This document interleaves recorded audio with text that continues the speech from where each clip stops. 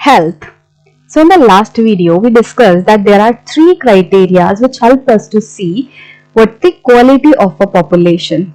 So what were those three criteria? The first one was education, the second one was health, and the third one was skills.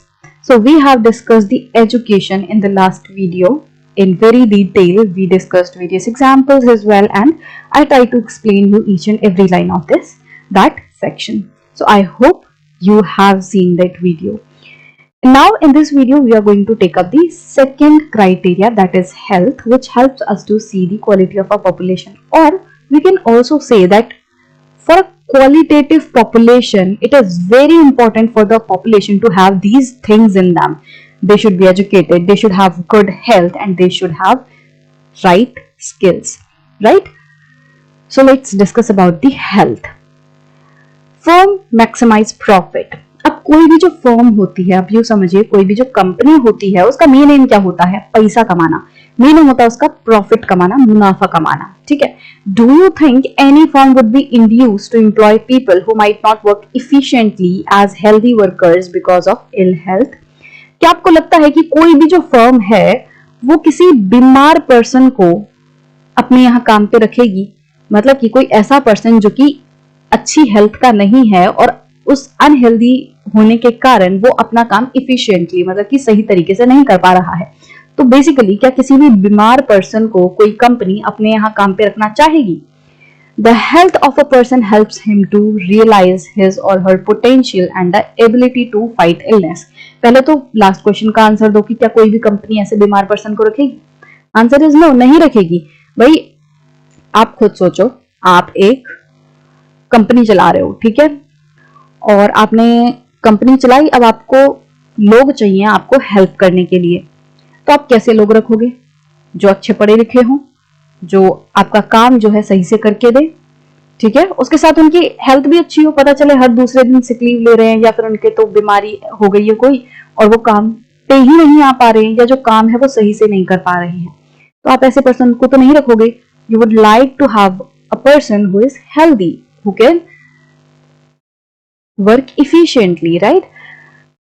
तो health क्या करती है? अगर कोई person healthy होता है तो उसकी जो हेल्थ है वो उस पर्सन को हेल्प करती है कि वो अपना पोटेंशियल जो है वो रियलाइज कर सके, मतलब कि वो अपनी क्षमता को रियलाइज कर सके कि वो क्या क्या काम कर सकता है. देखना, जो डल पर्सन होता है या फिर जो पर्सन अनहेल्दी होता है वो हमेशा ऐसे फील करता है कि यार मुझसे नहीं होगा, मुझसे कुछ भी नहीं होगा. मतलब जब मान लो किसी दिन आपके सर दर्द हो गया या किसी दिन आपके फीवर हो गया, how you feel? Just imagine, right? और वही जिस दिन आप बहुत खुश होते हो, आप बहुत एनर्जी फील कर रहे होते अपने अंदर, तब आप कैसा फील करते हो? जब आप एकदम अच्छे होते हो, जब आपकी हेल्थ एकदम फिट होती है, आप बहुत खुश होते हो, तो आप कैसा फील करते हो कि भाई अब तो बस फोड़ देंगे, अब तो सब कुछ जो है अचीव कर सकते हैं, हम सब बन सकते हैं, मतलब फुल मार्क्स ले आएंगे. आपको बहुत अच्छा लगता है, राइट? वहीं जब आप बीमार होते हो तो आपको लगता है कि यार कुछ भी नहीं करना, स्कूल भी नहीं जाना, सब बकवास है, बस पड़े रहो, लेटे रहो, है ना? ऐसा लगता है. तो जब हेल्दी पर्सन होता है ना, वो हमेशा अपनी पोटेंशियल को रियलाइज करता है, वो आगे बढ़ने की सोचता है, ठीक है. और अच्छी हेल्थ क्या करती है? बीमारियों से लड़ने के लिए भी जो है मदद करती है. अच्छी हेल्थ मतलब अच्छी इम्यूनिटी भी होना.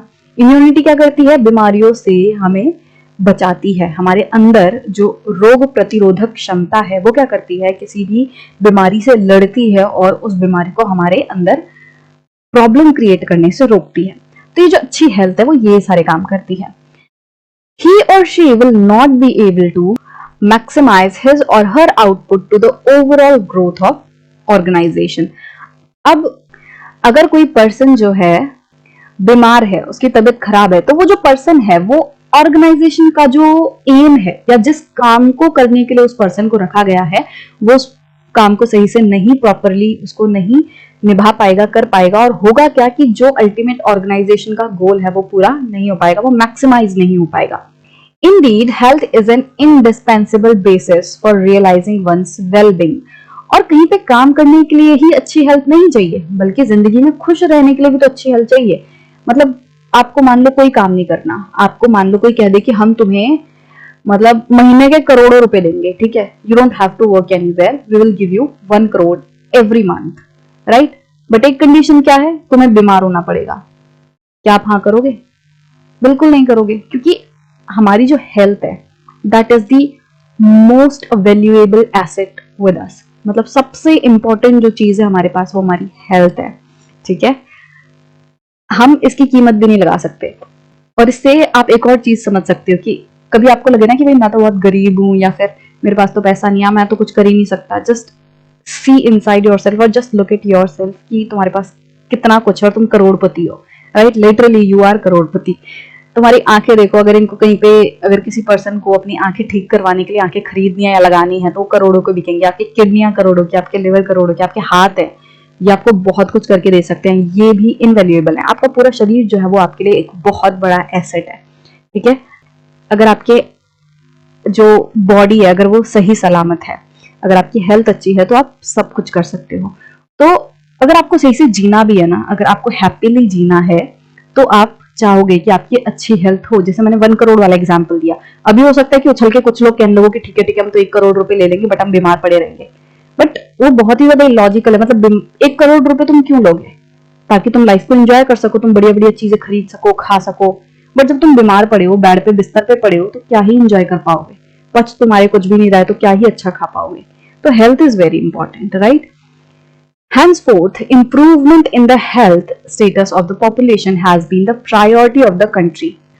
और इसीलिए कोई भी जो देश है उसके लिए ये इंपॉर्टेंट रहता है, उसके लिए प्रायोरिटी रहती है कि वो अपने देश की पॉपुलेशन की जो हेल्थ है उसको इंप्रूव करे।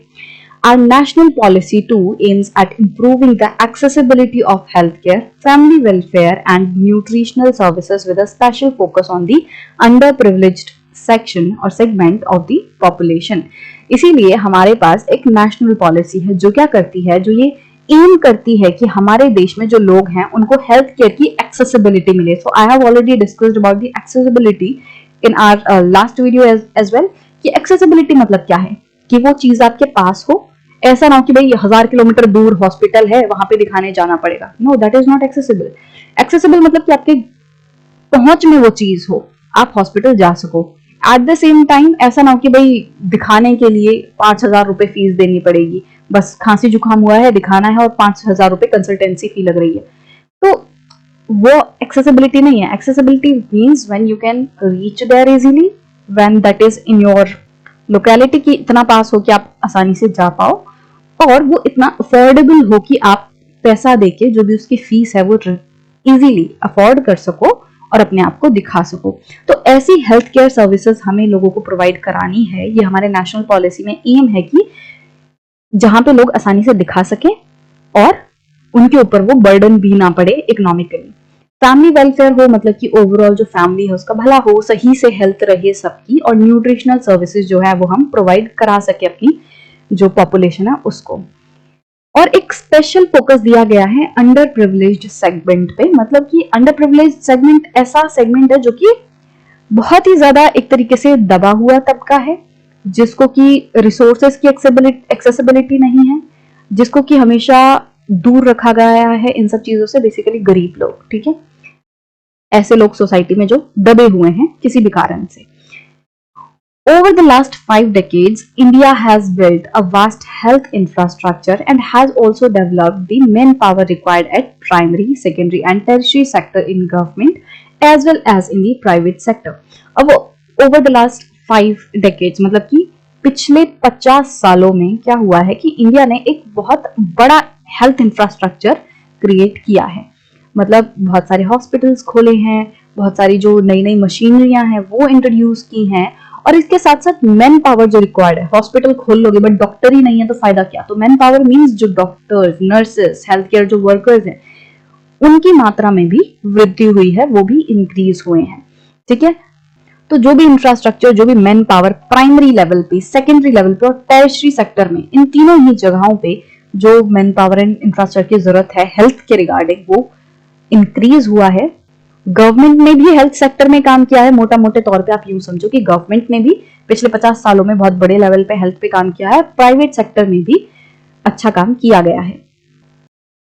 These measures which have been adopted have increased the life expectancy to over 69.4 years in 2016। अब ये जो हम कुछ मेजर्स की बात कर रहे हैं, जो नेशनल पॉलिसी की बात कर रहे हैं, तो उसके तहत कुछ स्टेप्स जो हैं वो लिए गए हैं, और इन स्टेप्स के चलते मतलब कि जो कुछ काम किए हैं गवर्नमेंट ने, उसकी वजह से क्या हुआ है, हमारे देश में जो लाइफ एक्सपेक्टेंसी है वो 2016 में 69.4 हो गई।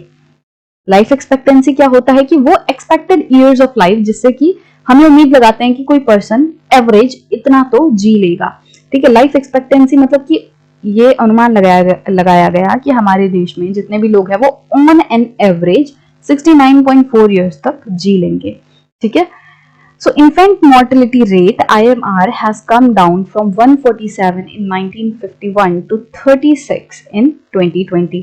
वहीं अगर हम IMR की बात करें, IMR क्या होता है, इन्फेंट मोर्टेलिटी रेट, की हर 1000 लाइव बर्ड्स में से कितने बच्चे मर रहे हैं, कितने, 1 साल से कम उम्र के बच्चे कितने मर रहे हैं, तो वो हो गया इन्फेंट मोर्टेलिटी रेट।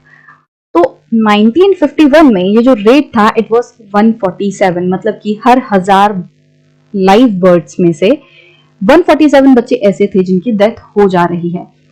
मतलब कि अगर 1000 बच्चे पैदा हो रहे हैं तो 147 बच्चे जो हैं उनकी डेथ हो रही है, और ये बच्चे ऐसे हैं जो 1 साल से कम उम्र के हैं। ये था 1951 में। वहीं अगर हम 2020 की बात करें तो ये जो आंकड़ा है 147 से घटकर कितना हो गया, 36 हो गया, 36 हो गया। तो ये एक तरीके से इंप्रूवमेंट है कि हमारा जो IMR है वो कम हुआ है। पहले इतने सारे बच्चों की डेथ होती थी, अब इतनों की होती है। दो बड़ी डेथ हो रही है तो हम कोशिश करेंगे कि इससे भी कम हो, है ना। तो हमारा एम होना चाहिए कि भी 36 से भी घटकर वो और नीचे जाए।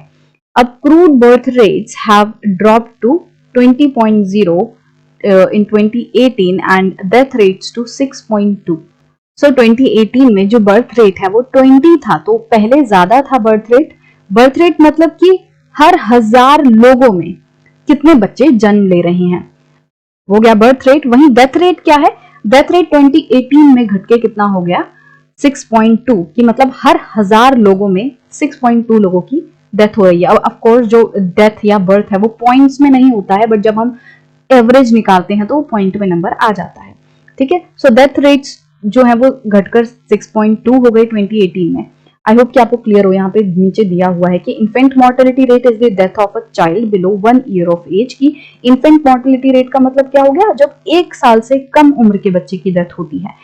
बर्थ रेट का मतलब क्या हो गया यहाँ पे कि birth rate is the number of babies born every 1000 people during a particular period of time. कि मतलब मान लो 1 साल है, अब 1 साल में 1000 लोगों में कितने बच्चों का जन्म हुआ है। सिमिलरली डेथ रेट क्या हो गया कि किसी पर्टिकुलर पीरियड में 1000 लोगों में कितने लोगों की डेथ हुई है। जैसे हम परसेंटेज देखते हैं वो 100 पे देखते हैं ना, कि अगर हम कह रहे हैं कि भाई कोई चीज 100% है, इसका मतलब कि हर 100 में से मान लो मैं कहूं अगर आपकी क्लास में जितने भी बच्चे हैं उनमें से 10% बच्चे ऐसे हैं जिन्हें की डार्क चॉकलेट बहुत पसंद है। ठीक है, अब आपकी क्लास में मान लो 100 बच्चे तो हैं नहीं, बट परसेंटेज का मतलब क्या है, हम 100 पे आइडिया लगा रहे हैं कि हर 100 बच्चे में से, अगर आप हर 100 बच्चे में से देखें तो 10% बच्चे ऐसे हैं, 10 बच्चे ऐसे हैं, परसेंट नहीं 10 बच्चे ऐसे हैं जो कि डार्क चॉकलेट पसंद करते हैं। तो जैसे परसेंटेज होता है 100 में से देखने का, वैसे ही यहाँ पे 1000 की बात की गई है। ठीक है, बहुत ज्यादा कंफ्यूज नहीं होना, जैसे जैसे बड़े हो गए वैसे। मुझे पता है कि कुछ लोग ऐसे कंफ्यूज होने लगेंगे, इसलिए मैं बता रही हूँ इस चीज को। बहुत लोगों को लगेगा कि ये क्यों बता रही हैं, बट बहुत बच्चे ऐसे होते हैं जो कंफ्यूज हो जाते हैं कि यहाँ पे क्यों 1000 पीपल क्या लिखा है। तो अगर नहीं भी समझ आ रहा है तो कोई बात नहीं, जैसे जैसे बड़े हो गए ये चीज अपने आप क्लियर होने लगेंगी। अभी आप ऐसे समझ लो, मान लो 1000 लोग हैं, ठीक है, इन 1000 लोगों में ये 1000 लोग थे, 1 साल में बस इतने ही लोग थे, ठीक है, किसी देश में। अब इन 1000 लोगों में कितने लोग जन्म ले लिए, 1 साल बाद आके देखा हमने तो ये 1020 बच्चे हो गए। ठीक है, तो मतलब 1000 लोगों में 20 बच्चों का जन्म हो गया। वहीं 1 साल आपने एक जगह पे 1000 लोगों को बंद रखा, अब आके देखा तो सिर्फ 1000 मान लो 900 लोग थे, तो मतलब 100 लोग कहाँ चले गए, 100 लोगों की डेथ हो गई। ठीक है, तो ऐसे ही 1000 पे ऐसे देखना है। खैर मुझे पता ये बहुत ज्यादा बताने वाली बात नहीं थी, बट इट्स ओके। कुछ बच्चे हो जाते हैं कभी कभी कंफ्यूज, और नहीं भी समझ आ रहा है तो कोई बात नहीं, छोड़ो। ठीक है, इतना ज्यादा जोर देने की जरूरत नहीं है इस बात पे। जो इंपॉर्टेंट बात है, जो समझने वाली बात है, वो ये है कि बर्थ रेट भी घटा है और डेथ रेट भी घटा है। ये दोनों ही चीज घटना एक तरीके से एक पॉजिटिव इंडिकेटर है। क्यों? क्योंकि हमारी जो जनता है वो बहुत ज्यादा बढ़ रही है। तो अगर पॉपुलेशन हल्की सी घटेगी, अगर बर्थ रेट भी घटेगा, डेथ रेट भी घटेगा, डेथ रेट घटना मतलब क्या हो गया, वैसे पॉपुलेशन बढ़ेगी, डेथ रेट का घटने का मतलब यह है कि हमारे लोगों की हेल्थ अच्छी हो रही है। तो बेसिकली इससे क्या पता चल रहा है, हमारे लोगों में इंप्रूवमेंट हो रही है, जो हमारी पॉपुलेशन है वो इंप्रूव कर रही है। एक तरीके से हम ये कह सकते हैं कि क्वालिटी अच्छी हो रही है, ठीक है। सो increase in life expectancy and improvement in child care are useful in assessing the future progress of the country। अब जब लाइफ एक्सपेक्टेंसी इंक्रीज होती है कि भाई कोई पर्सन अनुमान लगाएं तो कितने साल जीने वाला है, तो जब वो बढ़ती है तो उतना ही अच्छा रहता है। वहीं अगर चाइल्ड केयर इंक्रीज होता है, चाइल्ड केयर इंप्रूव होता है, मतलब कि बच्चे की जो देख रेख है, उसका जो पालन पोषण है, वो जितने अच्छे तरीके से होगा उतने अच्छे तरीके से देश की प्रोग्रेस होगी। तो कहना क्या चाह रहे हैं कि अगर हम शुरुआत में ही, मान लो आज हम 2023 में बैठे हैं और हमारे देश में जो अभी कंडीशन है, हमारे देश में जो अभी लोगों की लाइफ एक्सपेक्टेंसी है और अभी हमारे देश में जो चाइल्ड केयर होता है, अगर हम उस बेसिस पे ये देखना चाहें कि हमारा देश फ्यूचर में मान लो 2030 तक या 2045 तक हमारा देश कितना ग्रो करेगा, कितनी प्रोग्रेस होगी हमारे देश में, तो वो हम अभी के लेवल पे, अभी के बेसिस पे अनुमान लगा सकते हैं कि भाई आज हमारे देश के लोगों की लाइफ एक्सपेक्टेंसी ऐसी है, चाइल्ड केयर ऐसी है, तो उसकी बेसिस पे हमारी कितनी प्रोग्रेस होने वाली है फ्यूचर में, वो हम अनुमान लगा सकते हैं। Increase in longevity of life is an indicator of good quality of life marked by self confidence। तो ये जो इंक्रीज हो रहा है लाइफ एक्सपेक्टेंसी में कि भाई हम और ज्यादा सालों तक जिएंगे, ये एक तरीके से किस चीज की तरफ इशारा करता है, किस चीज का इंडिकेटर है कि भाई हमारी जो हेल्थ है या फिर हमारी जो लाइफ है वो गुड क्वालिटी की है, अच्छी क्वालिटी की है और हमारे अंदर सेल्फ कॉन्फिडेंस है। Reduction in infant mortality rate involves the protection of children from infection, ensuring the nutrition of both the mother and the child and child care। अब वहीं जो हम infant mortality की बात करते हैं कि जो infant mortality rate है वो कम हो रहा है, ये किस तरफ इशारा करता है, हमारे देश में जो बच्चे हैं अब उनको बचाया जा रहा है किसी भी इन्फेक्शन से, बीमारी से, मतलब कि अब वो बहुत ज्यादा बीमार नहीं पड़ रहे हैं और उनका जो न्यूट्रिशन लेवल है वो भी बेटर हो रहा है, उनको खाना अच्छा मिल रहा है, उनको न्यूट्रिशन अच्छा मिल रहा है और उनके मदर की जो हेल्थ है वो भी अच्छी हो रही है। मदर की हेल्थ पे काफी बार, मतलब मदर की हेल्थ पे बहुत ज्यादा डिपेंड करता है जो बच्चे की हेल्थ है। जो छोटे बच्चे होते हैं उनकी जो हेल्थ है वो उनकी मदर की हेल्थ से बहुत ज्यादा एक तरीके से रिलेटेड होती है। अगर मदर की हेल्थ अच्छी है तो उनके बच्चे की हेल्थ भी जो है चांसेस रहते हैं कि वो अच्छी रहेगी।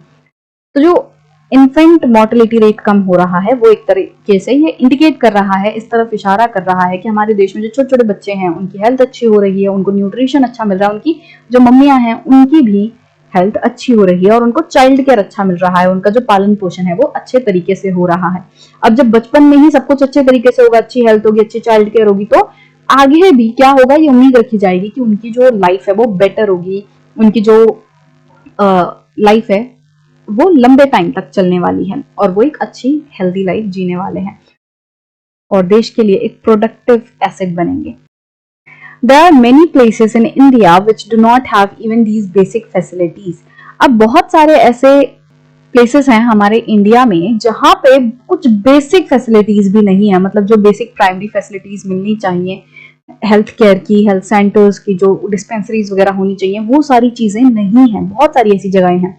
There are only 542 medical colleges in the country and 313 dental colleges. India में इन टोटल 542 मेडिकल कॉलेजेस हैं और 313 डेंटल कॉलेजेस हैं और इन 542 मेडिकल कॉलेजेस में से भी मैक्सिमम मेडिकल कॉलेजेस आपको सिर्फ 4 स्टेट में देखने मिलेंगे, वो है आंध्र प्रदेश, कर्नाटका, महाराष्ट्र एंड तमिलनाडु। मतलब कि हमारे देश में जितने भी मेडिकल कॉलेजेस हैं उनमें से मैक्सिमम मेडिकल कॉलेजेस कहाँ पे हैं, इन स्टेट में, इन 4 स्टेट्स में। मतलब बाकी जो बचा हुआ देश है, बाकी जितने भी हमारे स्टेट्स हैं वहां पे बहुत कम मेडिकल कॉलेजेस हैं। अगर मेडिकल कॉलेजेस बहुत कम होंगे इसका मतलब कि वहां पे जो बच्चे हैं बहुत ज्यादा नहीं पढ़ पाएंगे, क्योंकि मान लो कोई नॉर्थ इंडिया में रहता है, उस पर्सन के लिए बहुत मुश्किल होगा कि वो इतनी दूर जाए, ठीक है। वहीं अगर कोई पर्सन जो ऑलरेडी इन स्टेट्स में है उसके लिए काफी आसान होगा कि वो अपनी इजीली, उसको बहुत ज्यादा घर से दूर नहीं जाना पड़ेगा, बहुत ज्यादा उसको दिक्कतें नहीं आएंगी, वो अपने यहीं पे घर के पास ही पढ़ सकते हैं, ठीक है। उनके लिए एक्सेसिबिलिटी होगी, पास होंगे। वही जो बच्चे दूर हैं उनके मम्मी पापा पहले बहुत ज्यादा सोचते हैं। देखो मम्मी पापा कहीं पे भी इतनी दूर भेजने में इतनी जल्दी अलाउ नहीं करते, और खासकर जो मिडिल क्लास है या फिर जो लोअर थोड़ा तबका है वहां पे और ज्यादा दिक्कतें आती हैं कि भाई घर में रह के पढ़ाई करनी है, घर से अप डाउन करना है, करो, इतनी दूर हम नहीं भेजेंगे।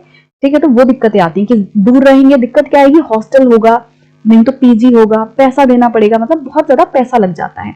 हॉस्टल जो है उसकी फीस भी बहुत ज्यादा होती है, तो वहां रहने का खर्चा, एक्सपेंसेस जो है वो बढ़ जाते हैं। तो इसलिए इतनी दूर जो पेरेंट्स है वो मतलब जो थोड़े सामर्थ्य होते हैं, जो थोड़े होता है कि इतना खर्चा कर सकते हैं, वो भेज पाते हैं।